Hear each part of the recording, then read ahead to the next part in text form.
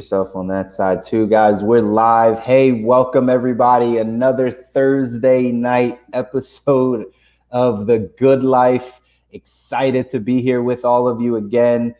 Excited that we get a chance to have Stu in the building. We got Kobi here. We're doing we're missing Kevin again tonight, but it's okay, right? Like taking care of himself. So at the end of the day, you got us. And we are here to make sure that you are getting all of this knowledge and these nuggets from how to live the good life. Right. So welcome, guys. Welcome to the show tonight.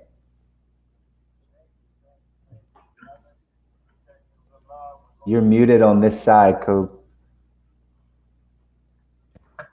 Rub that. Thank you. Hey, sending love to Kevin. Hope you recover here, and we'll hold it down for you, brother. So, Stu, you want to go ahead and just say a little hello before we introduce what we're talking about today? Yeah. Hello, everybody. I mean, I guess this is week 6 now. Yeah. We're into this. Yeah. We're into this month and a half. So I'm so glad we've been able to like touch on the introduction. We've had all the individual topics and sessions being held. And yeah, man, I'm ready to get this. And yeah, Kevin, best of luck with the health and everything, man. Hope you get through it. So yeah, I guess topic for the day. Let's do it. First of all, I don't want to step over this, man. Stu, did you get cleaned up, man? You get It was definitely necessary. You're looking sharp, brother. You're looking sharp. Thank you for noticing. I went from to I guess business overnight. Yeah, it looks great, man. It looks great. So today what we're going to talk about, guys, is we all, most of us usually start the year with some sort of New Year's resolution, right? I'm going to be better at this. I'm going to be better at that. And being the health guy, I see it quite a bit in terms of, losing weight or being better, feeling better, etc. But it is now what? March 4th. And statistics tells us that a majority, I won't even give a number because it's probably higher than I think it is, have already dropped or are on their way to dropping whatever it is that they started the year with. So today what we're going to talk about is what did we start the year with as entrepreneurs and also in our individual areas. And how are we doing, and what are maybe some tips and things that we can share with each other and also with the audience? And feel free to chime in, audience. We could take tips from you too. We're not the only quote unquote experts here. Of how are you staying, on the grind? How are you staying consistent? What do you do when you get into what I call a dip, right? A dip. We'll draw it right here because that's like the word, right? When you get right here, when you get in the dip, how do you come back up? How do you keep going? So that's what we're talking about today. I think we can speak from it from a number of perspectives, right? I think from the entrepreneurship perspective, there's a lot of obstacles there. For me, for the health perspective, and I'm sure we started off with some financial goals at the beginning, and obviously we all want to be happy, right? That's the name of the game at the end of the day. Yeah. So that's what we're talking about today. It's such a good topic too, and I'm glad that we can kind of jump in because think of the amount of people that make New Year's resolutions or they set goals at the very beginning of the year, and literally by a month in, they're out, right? They're just like not focused on it. They haven't held themselves accountable. So it's such an important topic. So, I'll kind of start it off because, in this entrepreneur journey and continuing to grow business and, just get to the place where your family life and your business life and everything is moving forward.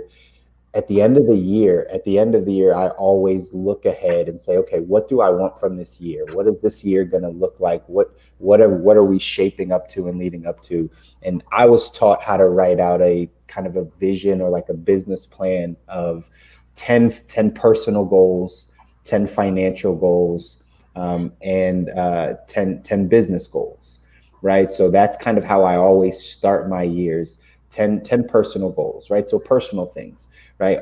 I'm going on a health journey now, right? Changing up the diet, changing up the routine, right? Going on a health journey. That was in my 10 personal goals, right? When I was thinking about it at the end of December, I was thinking about, okay, this is actually one of the areas that I want to focus on. So I put that in my personal goals. Then there's other personal goals that I have as far as, reading the Bible, right? Like we talk about our spirituality, and one of the things that, centers me and keeps me going is the fact that I'm, in my devotion life, in my prayer life, and those types of things. So I have that as personal goals, as like, I use the Bible app, right? So it can track, I don't know if any of you use it. It can track like how many days consistently or how many days a year you're on the app. And so I had a goal of last year, 330 days. I was like, listen, I'll give myself slack, right, on 30 days, right, just in case something happens, right? But I got 330 days that I want to get to. And so last year in 2020, I got to like 340 something days in my app because I was paying attention to it. So this year, right, it's 345 that I want to get to, right? I just keep it at where I was at and just continue to push. But those become personal goals. And then I have financial goals, which again, this is my area of expertise anyway, is what we're talking about. So are you putting in savings goals, debt goals? How, when are you eliminating debt? What is your save? When are you going to get to $30,000 saved? When are you going to get to $100,000 saved? Right? Like, do you have those dates in mind? And are you working towards it? And then lastly, on the business side, for those of you that are entrepreneurs, right, having business goals, making sure that you're aligning, okay, your sales and your marketing. What are you looking at as far as clients? How many clients do you want to have in this year? Those are the things that I start to pay attention to as I'm putting together my yearly goals. And I break it down in those three categories: personal goals, financial goals, and business goals. So that's how I've been doing it. So what about you, Stu? Tell me kind of how you think about it. So I've always, I don't know, I guess I have kind of a wing it mentality when it comes to my goals. And I really like to emphasize that because I honestly think it's because both my parents were like kind of like helicopter parents. And they always had like literally, like when I talk to my parents about my business now, they're like, wait, that's a cool idea. Is that in a spreadsheet? Like they always do that. Like everything I have to have is in like a spreadsheet or like whatever. And I really only had one, I would say two primary goals this year. And that was take my coaching business to like something that is very, very, very like financially stable, growing, has momentum, etc. Because 2020 was like the trial error year, right? And that was the really big one for me, because I think like for me, like what I started to identify is like I came from a place in construction management where I had a lot of the financial freedom, and I wanted to kind of like really, really reestablish that. And honestly, I wanted my entire focus like 23/6. I'll say that because I'm not, I got to have my days off, right? But like 23/6, I'm always thinking about the business and growing it. And it seemed like huge upside because that's been like at the forefront of my mind. And the second thing this year was to really like continue to like fully commit, invest, and grow my partnership with my girlfriend Tina. And honestly, everything else I kind of kept a lot of the same patterns I had before. I have like general rules of thumb to make sure that I'm maintaining the other areas of my life: nutrition, personal fitness and activity. And honestly, the nice thing about working on a coaching business, as you guys know, is like you have to stay in a self-development role when you're in like the self-development industry. So I kind of figured that a lot of that would kind of stay in check because I knew I would maintain the integrity of like, if I'm practicing and preaching self-development, then it's gonna trickle into other areas of my life. But yeah, when it comes to resolutions, like, yeah, I have always kind of had that wing it thing. Like there's going to be like the first two priorities that I pour time and energy into. And then the rest of things I just kind of figured I would like maintain and like get a little bit better. But yeah, it was a different year for me when it came to resolutions. It was much more like open-ended and less like you will do this, and this many times. That's big. That's good stuff, man. Good stuff. Kobi, jump in, man. Yeah, I appreciate that. Different perspectives as to how we approach it. For me, I'm probably a little bit more organized in the sense of like I have, New Year's, In my family, New Year's is not about drinking. New Year's is not about going out. New Year's is not about friends. New Year's is about family. And when I was a lot younger, it was about, with if you're in Ghana, or I don't know where else they do this, but with typically we would do what's called a watch night service where everybody gets together, community. And in Ghana, it's actually larger than just the Christian community. It's actually all of the community gets together, and you kind of pray and bring in the new year, right? So my family always set kind of the standard of like, that's how we bring in the new year. So, and kind of as I grew, I took that and expanded on that and made it, a night with me and my honestly, whoever I was with at the time. But now with my fiance, we sit down and we talk about what do we want to do this year, or how did last year go, right? How did last year go with what our relationship, our business, and we actually have a little chart it's like a fun little creative chart that we put together, we really, it's not so much like we're gonna 1, 2, 3, 4, 5, 6, 7 steps to take, but it's so let's dream together. That's good. Right? Let's dream together. What is it that have our dreams changed? Right? Do we want something else? Right? So let's, in every category, let's dream together. So we set financial goals. Obviously, we set business goals. We set family goals. We set our personal goals and then share it with each other. So we do a little exchange every New Year's, right? So I've kind of like, when we do have like something to go out to or something that, we do it the day before, right? So we have our thing like set. And truly for me, it's that whole week going into that new year.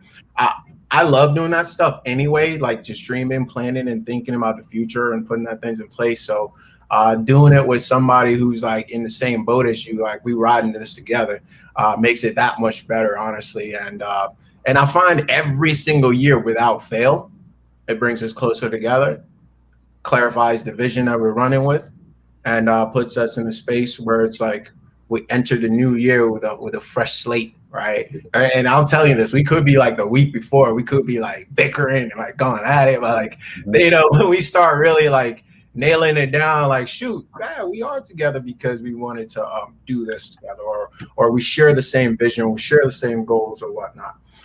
So I have a doc, both a written doc and a poster doc that I put up, and review that every year. And that kind of guides the decisions that I make throughout the year. So that's how I look at it. And so far this year. No, I was gonna say, man, that's super good, Kobi. Like, I didn't want to cut you up, but you're firing me up because please. I'm done. I literally just talked about this. I held a little webinar that was about relationships and money. And one of the things that I talked about was making sure that one of the ways to get on the same page and get on the same page with your spouse is to plan your vision together. It's to get on the same page about your long-term vision and where you're headed. Because when you get on that page of a long-term vision, it makes the short-term decisions a lot easier. So oftentimes, and where I was going down this on this webinar was, oftentimes we have opposite money habits from our spouse or from our partner. We have opposite money habits. And so in order to make the relationship work long term, you have to find a way to find a common ground and get on the same page. So one of the frequently asked questions that we get a bunch when we work with couples is like, hey, my spouse has horrible money habits, or like my spouse doesn't care about the money, but I do. So how do we kind of, how do I bring them on board, or how do I get them to understand what it is that we want? And I normally say do you have a shared long-term vision? Do you have a shared vision of where you're going? Because if you don't have a shared vision, it's very easy for you to now not have any, care or concern when it comes to your short-term money decisions, right? If we take this to the scriptures, right? There's a scripture that says where there's no vision, people perish, right? In another translation, it says where there's no vision, people cast off restraint, right? People cast off restraint.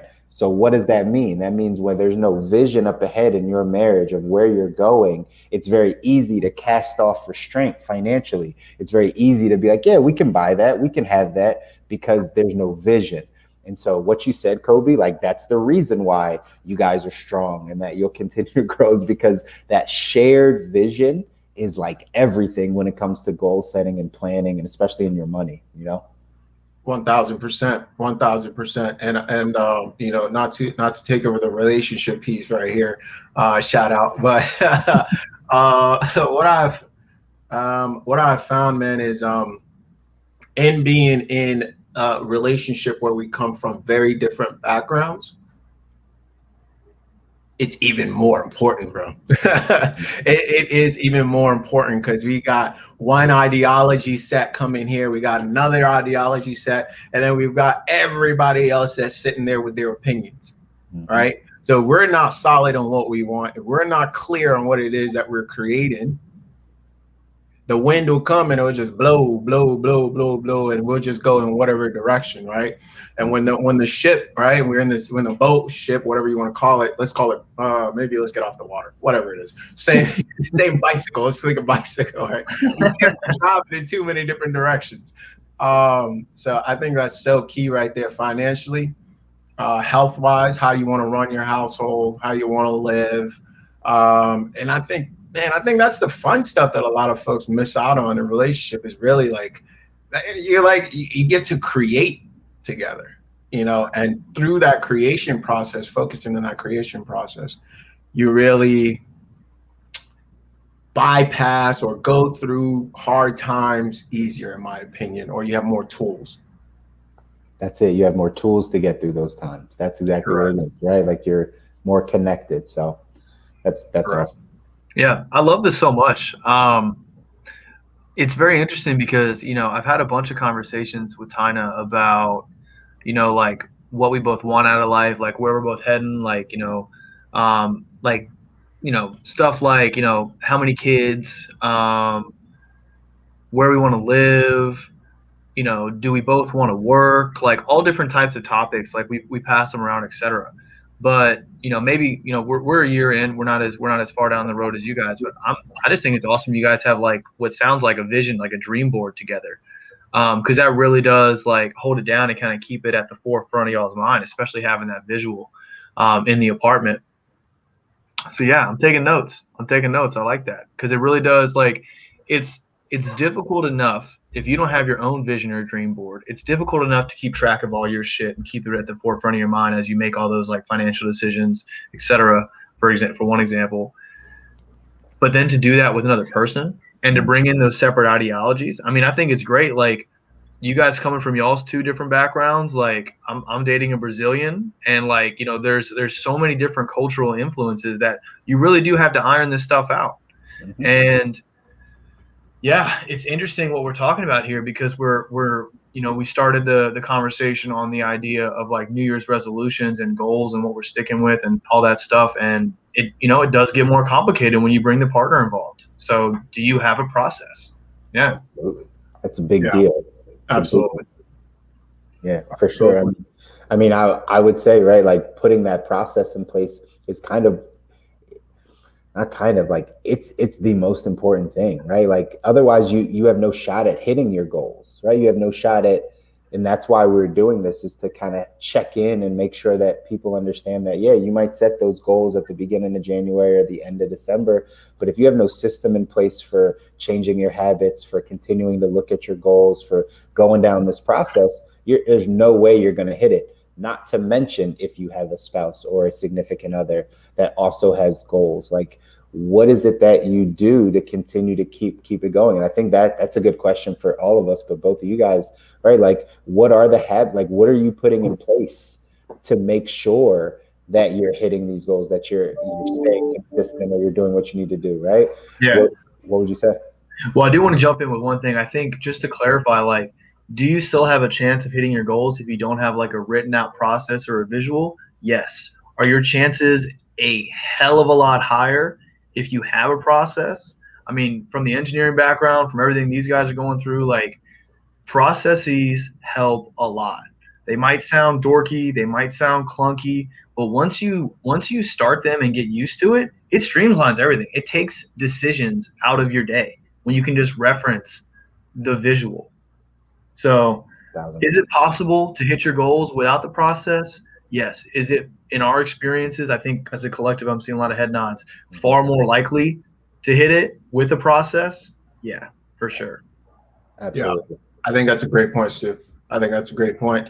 And to address your question specifically, Chris, which was what do you put in place, right, to, I'll say, correct me if I'm wrong, like keep that same energy throughout the year, right? What do you put in place? And I think for a lot of folks, what I've seen is setting or dreaming, what I call dreaming together is daunting, because it's like it's a whole year, it's like 12 months, like it's so far, like, right?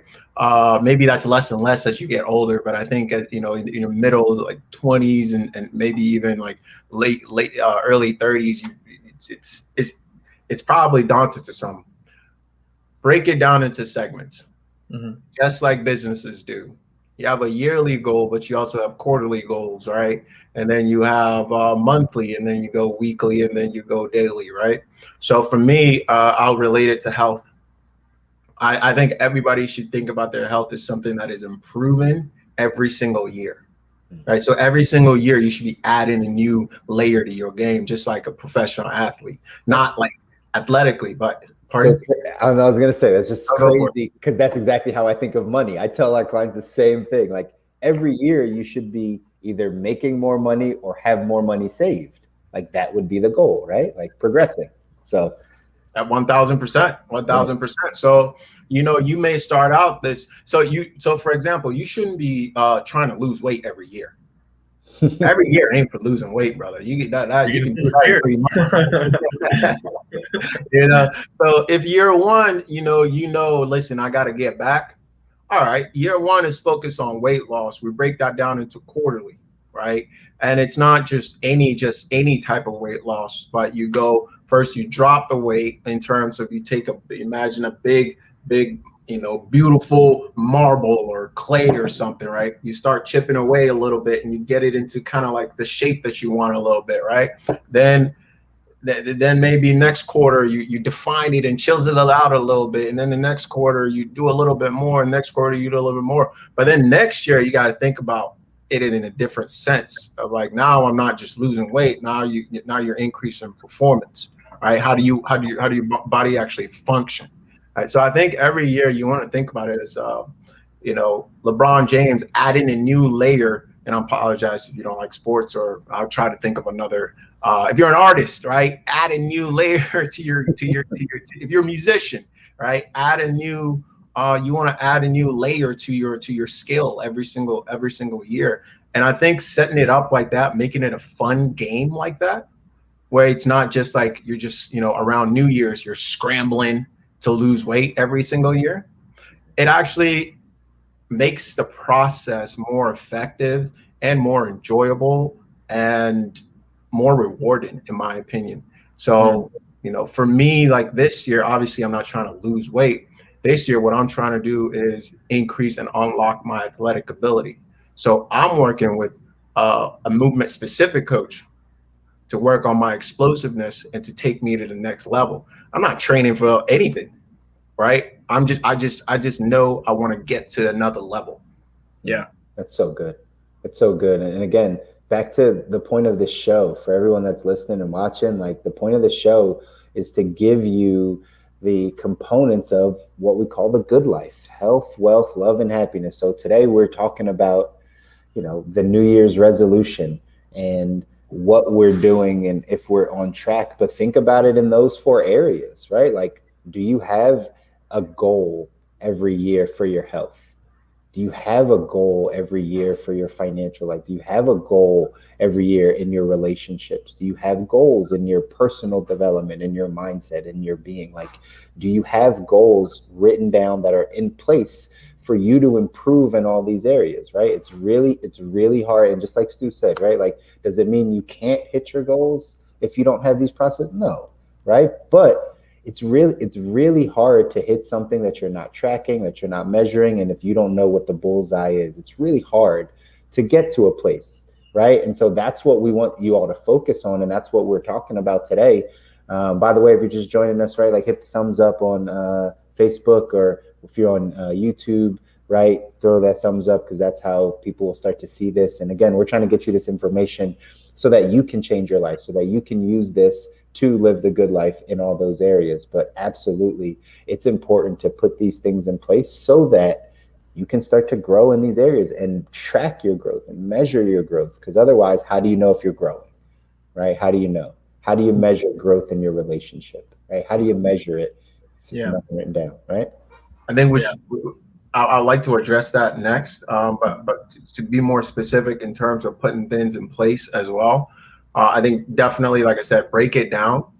And also you want to built in a reward system, right? A kind of a back and forth system, right? So, in Q1, if I hit my goals, I'm gonna take a little camping trip or whatever it is, right?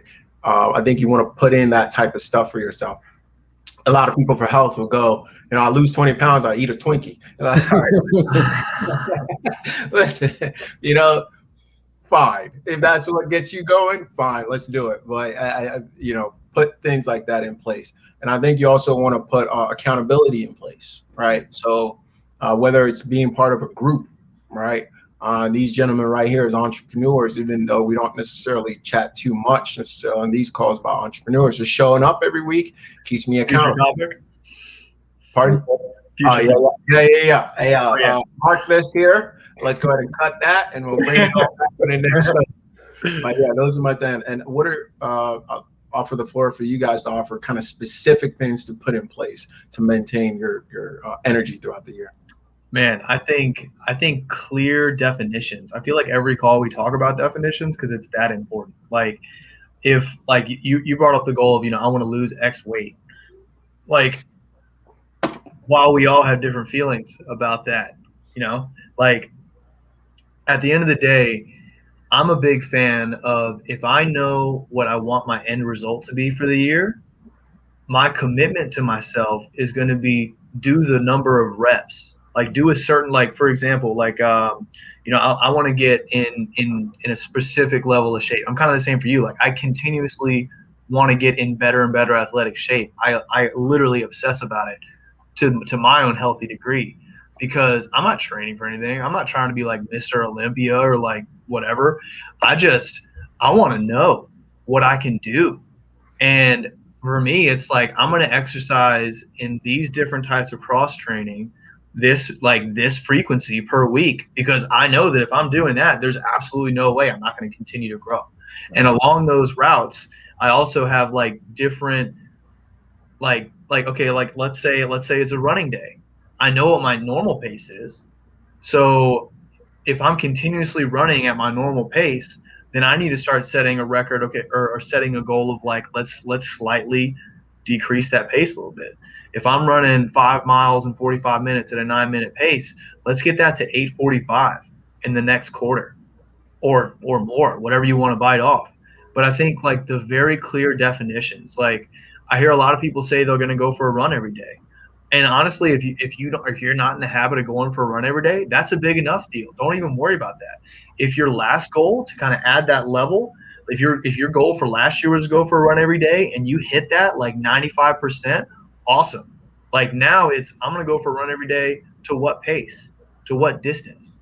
Like what is your new like barometer, your definition of success? Because if you're not defining very specifically what success is in your goal, then man, you're going to keep chasing, you're going to keep second guessing, you're going to keep wondering like, was it good enough? So take all that opportunity for self-doubt to creep in and like make your goal very, very specific in how you're going to measure success. Specificity. Goals. I like that. Specificity. I talk about it all the time. It's how unclear are we on a lot of our goals? That's why we never reach them, right? Like, again, bring this into the financial sense. People are like, I want to be rich, or right, I just want to be comfortable. That's when I hear a lot. right? Oh, I just want to be comfortable. I don't need much money. I just want to be comfortable. Great. What does that look like? What does it mean? Yeah, like, I get it. Like, so do I. I want to be comfortable as well. However, what does that mean to you? Like, can we put a dollar amount on that? Because that then becomes the specific goal, right? It becomes the thing that is going to get you that feeling, but it's not going to be this vague, I just want some money. Like, I get it, right? And so that is, you get a dollar check. That's it. Sign that goal right on. There we go. Done and done, right? I got some money. There's some money. So yeah, getting clarity and specificity in their goals, key. So yeah. You know, what's interesting is when we opened up here, I kind of mentioned how, you know, when it came to my resolutions this year, I kind of winged it. I had my 2 priorities, and I just knew that given my personality, I'm going to pour everything into it, and it's going to work out. But with some of the other ones, I'm definitely going to go revisit it, because I have a wing it mentality for a lot of things. And it's very interesting because it really wasn't always like that. But if you find yourself like me, winging a lot of stuff, recognize that one of your biggest weaknesses is probably going to be specificity. It's probably going to be those definitions. So if you have the wherewithal to go forth with the wing it mentality, knowing that you're going to do it, great. But if you just know that you're going to have to pay attention to whether or not specificity is going to help you, or if it's something that you're ignoring and it's hurting you. So that's definitely something I like to revisit. I'm going to go ahead and do that after this, because I know I could definitely clean that shit up now that the business is kind of taken off, my relationship's taken off. I can actually get back into the weeds on some of those other ones. So I'm glad we talked about that. It's great. It's great insights, Stu. And I would just ask you this follow-up question, like for Everett to kind of give value. If someone is in that spot, right, they normally are a wing it type of person, or I'll get there, I know kind of what I'm doing, but they don't have it. Like, is that process difficult for you to get specific? And if so, like, you know, any tips, any guidance of like how to sit down and just get specific on what you want? Yeah. So I think I've got like a 2-part answer for that. I think number 1, individuals who are winging their goals, are you being realistic with the progress you're making? Like if you look back to 2020 Stu, 2019 Stu, 2018 Stu, have you been progressing? Or is your ego just totally getting in the way and convincing you that you're doing stuff, but in reality you're treading water? So 1 is analysis, like honest analysis with yourself, because we lie to ourselves, if you're not careful, way more than we lie to anybody else. So check on that. And then 2, like, I think it is difficult going from winging it to a organized approach, because discipline is required. Like if you have a lot of energy and a lot of like unbridled passion, you can get really far. And as long as you're doing something to kind of track it, like you can kind of like what we talked about earlier, you can progress. But you know, if you do really have to take a moment and just get over the hump of the fact that your ego is going to stop you. Your ego is going to be like, hey man, you don't need to do that. You don't have to track that. And what's interesting is, like, I used to really believe that I don't have to track shit in general because I had to track so much stuff at work. I was like, I'm at work in spreadsheets all the time. I am not doing this outside of it. But as soon as I stopped having somebody tell me to track stuff, like my parents, I started to realize just how important it was, because you really, like, you know, I'm 29 years old and I'm really starting to see the power of doing the little bit. It does not take much time. It takes time to set up the tracking method. After that, it makes your life easier. You don't have to second guess and go into all that. Right. So is it hard? Yes. Is it your ego that's in the way? Absolutely. Because you're so focused on living in the moment and doing whatever you want and just trusting that you'll get there. But man, that's a whole lot of faith without a lot of like real statistical analysis, I guess. So you really are at risk of that ship or that bike just kind of going wherever the wind blows, like Kobi was saying. So that's big. Yeah. And Guys, I want to offer again. I think we should do maybe another call here in terms of the logistics of like putting this stuff together. But I want to offer a system that's helped me quite a bit, which is again looking at it from the yearly, quarterly, monthly, weekly, daily aspect. And I think you have to look at it a little differently when you look at the different lengths of time, right? So I'm looking this direction because on my wall here, I have my year at a glance. And those are just monuments. They're just big things that I know has to get, like, these are the big things I want. And so I put on big fun things, big business things, big family things. And it actually looks pretty like clean on there. So that is, we take the dreaming stuff, right? Dream with your partner, dream with whatnot. Take all that stuff and then place the big things, the big rocks on the year at a glance. All right.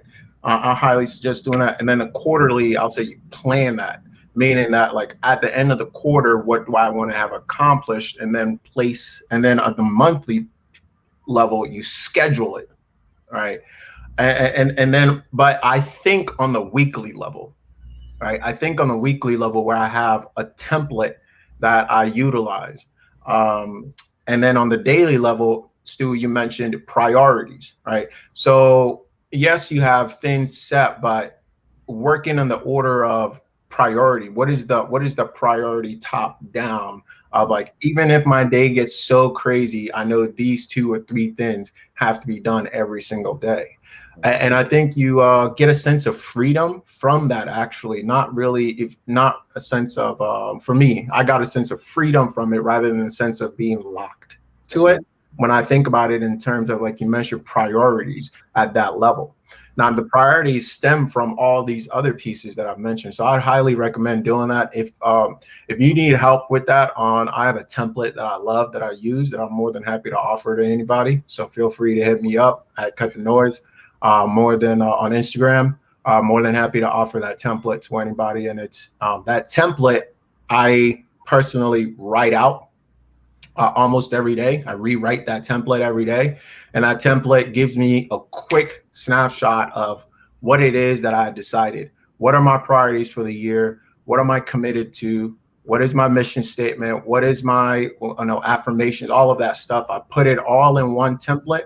I create it once a year, and I tweak it throughout the year and rewrite it throughout the year. So it may not be here right now, but I guess I have it upstairs. But I get a blank book, blank journal, create my template for the year, and then I rewrite to remind myself. How do you keep that same energy? To remind myself of what it is I said I'll commit to.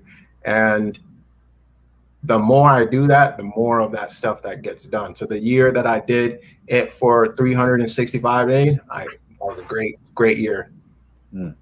How long did that take you, Kobi? Like how much time are you spending on your process of goal setting and writing these things down to setup and maintenance? I think daily.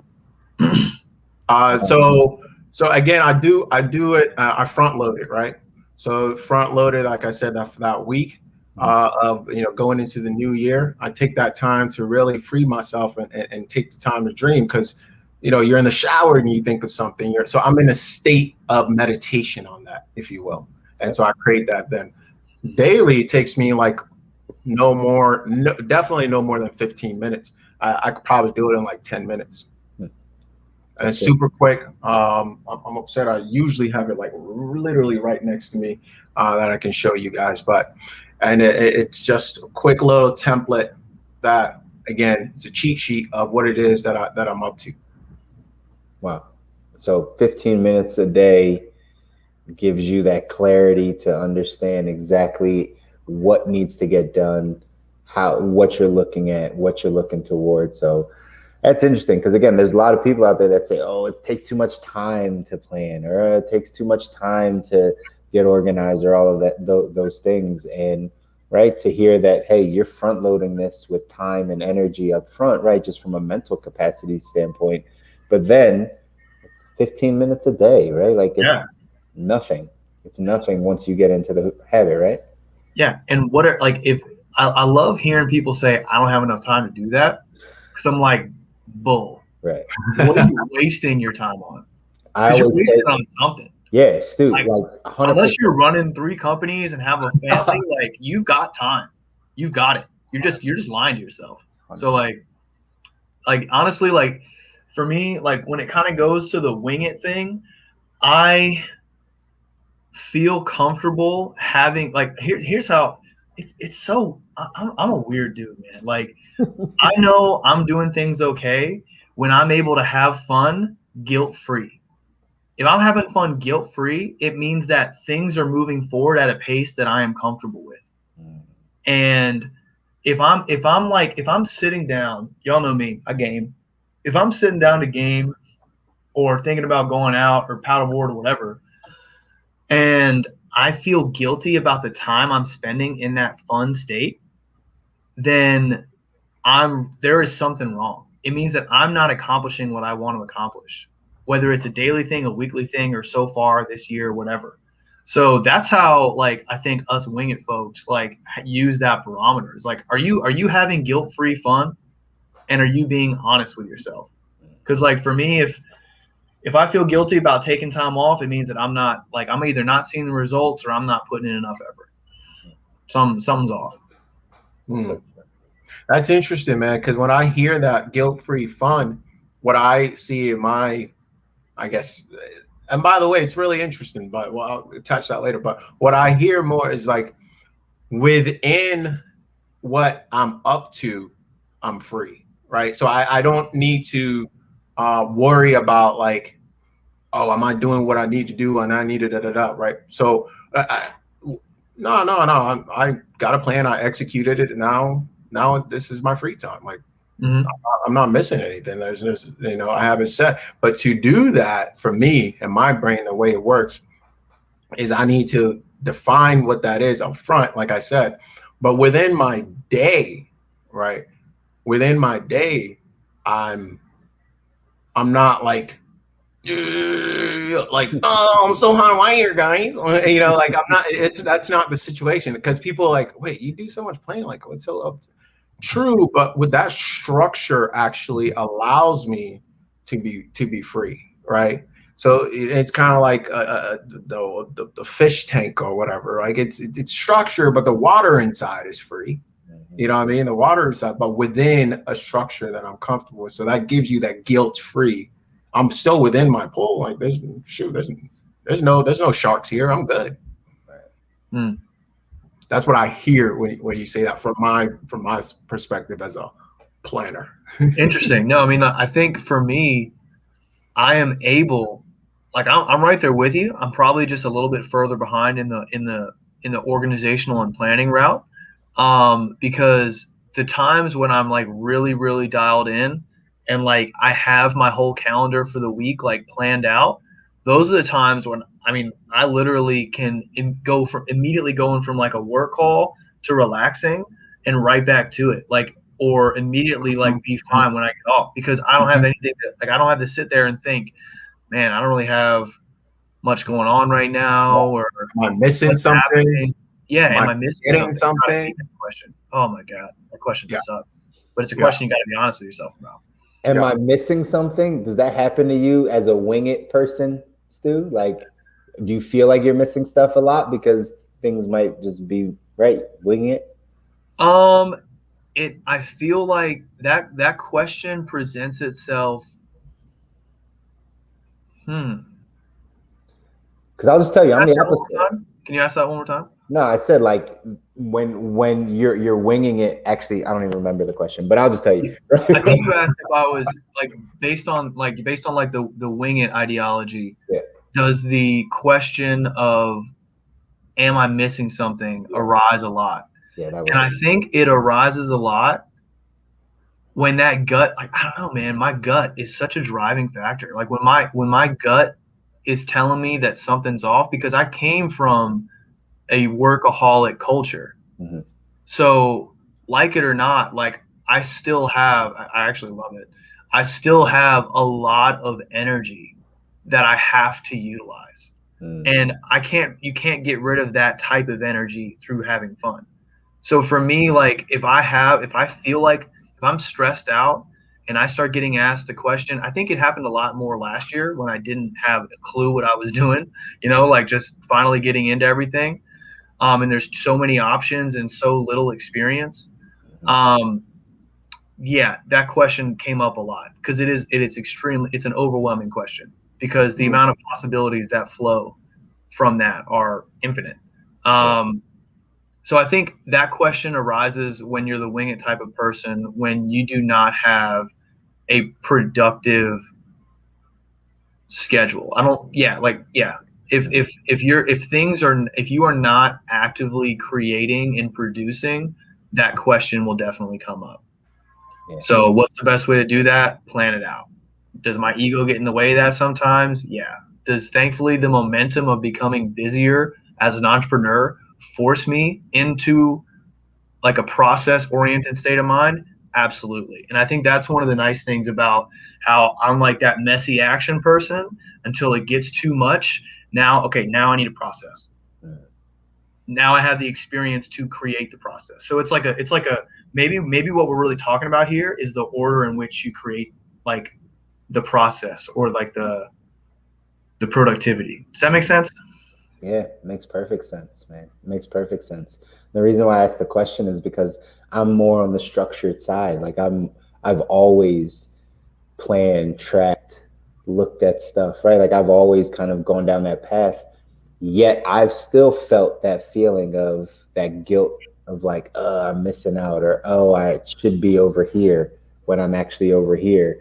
And a lot of times that just came from me in my own mind, kind of just not being content where I was, like just always. And I think we might have talked about that last week about that word content, right? But really just like, spending time with family, but I'm like, I should be working. And then I'm working and then I'm like, I should be spending time with family, right? And just kind of beating yourself up down that path.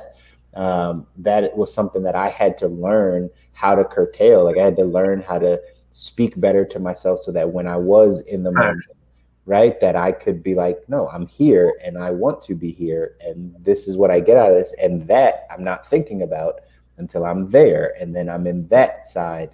And that had nothing to do with my planning or writing down, because I would already plan it in, but it was still something internal about me just kind of beating myself up or not giving myself that grace to be able to say, like, when I'm with family and I'm okay with that. And I'm not missing out and I don't feel bad that I'm not in business or doing work or something like that. Because when I'm at work, I'm 100% locked in there as well. So I don't have to feel bad about the other side. So that was more of my internal dialogue that I had to overcome. But none of it had to do with my planning or strategy or any of that type of stuff, because I was already there, Yeah. I think it's really interesting, for planners. That's where I was getting at with like the water in a structure, man. It really is a balance, right? Thank you. You need that structure, but you also need that fluidity, that ability to show spontaneity, right? And I think what really helps with that is truly, it's not a schedule, but it's priorities, right? It's priorities over schedule. The schedule helps, right? You place the big rock, so you're utilizing the time well, so you're not leaving it. But at the end of the day, when push comes to shove, I'm not going to stick to my schedule. I'm going to stick to my priorities, right? What is it that I'm committed to right now? What is it that I'm committed to in right now where I am? And I think another piece for planners too is like, be where your feet are planted. Where your feet are planted, be there. Right. So if you are here with family, don't be here with work. If you're here with work, don't be here with play. If you're here with play hard. Don't be here with other stuff.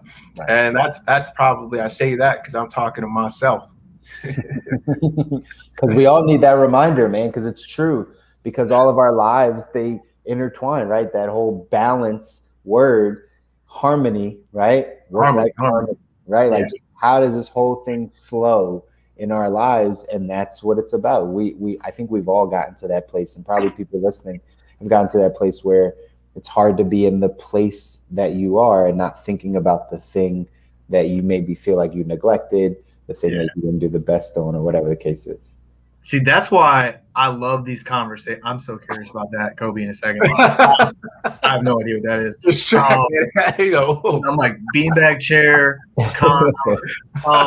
So this is why I love the dynamic that we have here, because we're talking about what is I think I could easily describe as, you know, the balance or harmony between structure and spontaneity. And, you know, you guys, I would say lean a little bit more on the structure side. I lean a little bit more on the spontaneity side, and they each have their pros and cons. And the reason I'm highlighting this is because everyone has to find their own balance and identify the strengths and weaknesses of your personality trait when it comes to structure versus spontaneity. Because I do not have a single problem if I'm like, aside from like those occasional moments where things aren't right, like 99% of the time, if I'm like at play or at work or at the gym, I'm so damn present. What is a problem? What is a potential con that often arises with that is like, man, I could be going like any which way, but am I going towards my goal? So like you have to understand, for those listening, like what side do you relate to more? And I would not think of it as a a black, white, on, off issue. It's a percentage thing. What percentage do you lean structure? What percentage do you lean spontaneity?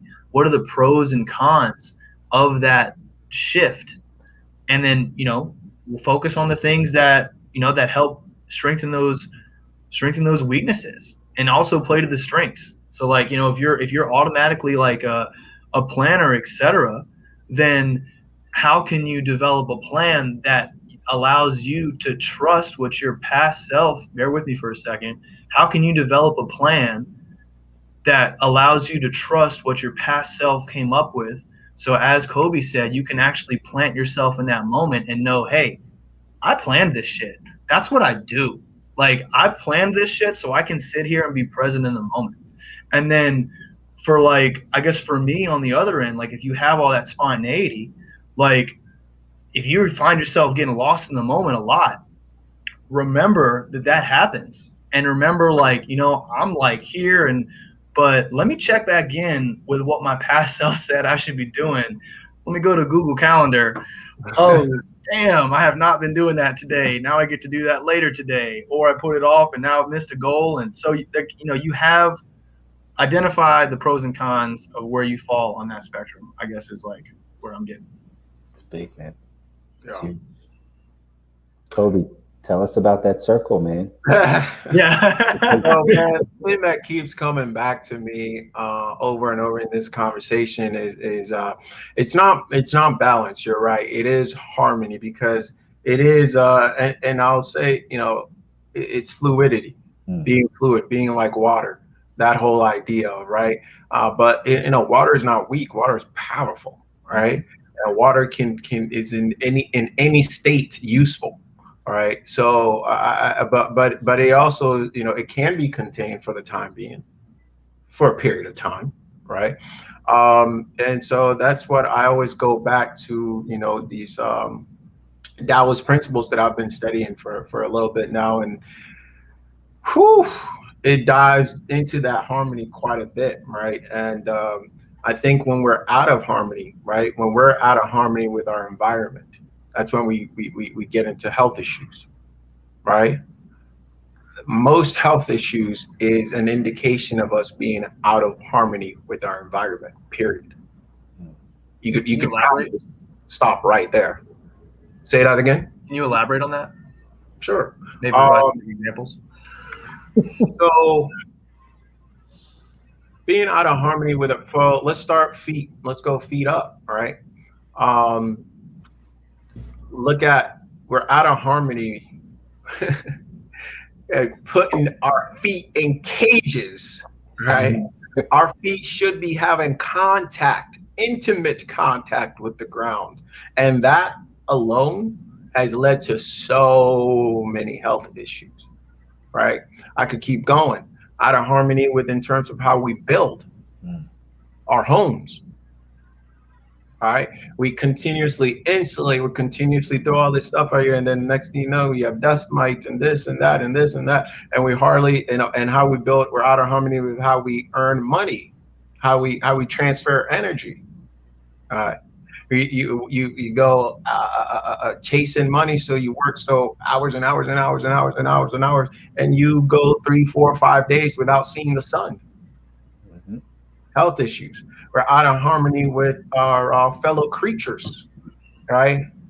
In terms of what we consume, we're out of harmony with how we treat our water, right? We're out of harmony with how we. I mean, I could keep going, my brother, but I love the water one, man, so much. Yeah, water is powerful, man. If you want to change your water, hit me up on at Cut the Noise if you want to change your water for real. I got you. But all that stuff is just an indication of us being out of harmony with our environment as it was met. And it's so funny that we like look at where we are now health wise, and we think we're so advanced, like we're so far ahead. And it's a joke. We are not at all. In fact, I would argue that we are behind. Like we are taking back steps, because what it is we're getting out of harmony with our environment, creating new health issues, and then inventing new ways to solve those issues. So it's like cut one head and then you get 5 Medusa heads coming up. What problem did you solve, my brother? Right. Yeah, you solved symptoms. You're not solving the root. That's right. Fixing the sink when the well is broken. Fixing the sink when the well is the thing broken. Speaking of wells, if you don't, I don't know how I just said that. That transition right there. Can we clip that? We need to. If you're listening to this and you don't believe how important the quality of your water is, I encourage you to drink public water out of the tap for a year. You might not need to do that. Anyways, try public tap water and then try well water and taste all of the ridiculous minerals that come from the well water, and then taste all of the ridiculously poorly tasting and just chemicals that come with the tap water. I'm so blessed in the fact that I grew up on well water. I think that like changed my life. I think it's one of the reasons that my parents are 73 years old and in great health and look so much younger, because they're not ingesting like things like fluoride all the time. So careful now, brother.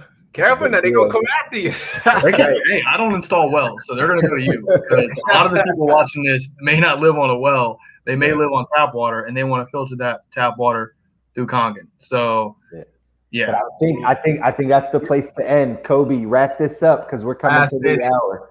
It always disappears, man. Last thing on this water thing, Google YouTube, your brain on water. You're welcome.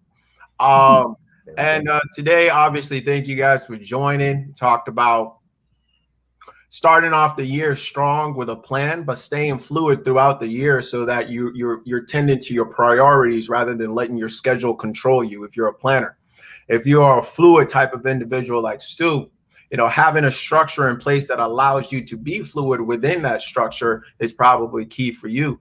And obviously talk to Stu if you've got some more questions about that. Appreciate you guys joining. As always, we will see you next week. And next week, Thursday, right? We still doing this? We didn't get canceled. We good? We good? We didn't get canceled. We're good to go. Netflix hadn't kicked us off yet. That's right. Next week, Thursday, we're jumping back in. Not to mention Clubhouse right now, the after party. Oh yeah, we're switching. And then as my 2 cents out the door, don't think of in terms of yes, no, right, wrong. Think of percentages, man. Think of everything as a spectrum. Like remember the structure and spontaneity thing that we talked about earlier. And then also be specific with your definitions. That's a great one. It will help you with your anxiety. Man, that's it. It's a great way to wrap it up, guys. We want you to win. We want you to make this thing happen. We want you to live a good life. So that's why we're here every Thursday. Come back, check us out next week. Until then, keep living the good life, guys. We'll see you over in Clubhouse. Keep living a good life. Wait, what is that circle though? What circle? Yeah. Oh, yeah, the circle. We have to do that real quick. Join us in Clubhouse. We'll talk about it. We'll talk about it. Later. That's a teaser, folks.